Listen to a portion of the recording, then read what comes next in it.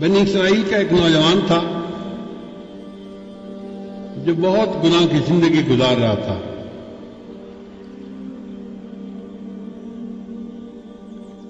حضرت موسیٰ علیہ السلام کے پاس آیا،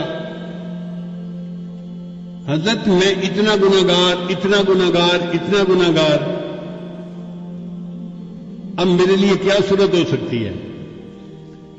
تو موسیٰ علیہ السلام نے فرمایا بھائی توبہ کر لو، اللہ تعالیٰ معاف کر دیں گے، اور اگر توبہ نہیں کرو گے تو گناہ معاف نہیں ہوں گے، جہنم جاؤ گے. موسیٰ علیہ السلام کی طبیعت ذرا جلال والی تھی. جب انہوں نے تھوڑا ڈانٹ ڈپٹ کر دی تو یہ نوجوان گھبرا گیا. کہتے ہیں کہ یہ جنگل میں چلا گیا اور وہاں جا کے اس نے اللہ کے سامنے بڑی دعا مانگی، اللہ میری توبہ کو قبول کر لے، اللہ میرے گناہوں کو معاف کر دے، معاف کر دے.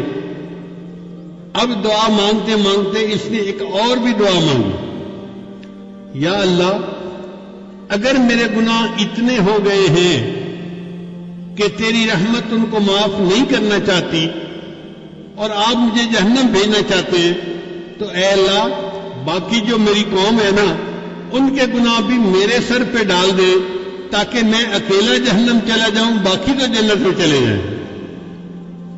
اس نوجوان کی یہ بات اللہ کو پسند آ گئی اور اللہ نے موسیٰ علیہ السلام کی طرف وحی نازل فرمائی کہ وہ جو نوجوان آپ سے بات پوچھنے آیا تھا اس کو ڈھونڈیے اور اس کو بتلا دیجئے کہ تمہارے رب نے تمہارے سب گناہوں کو معاف فرما دیا.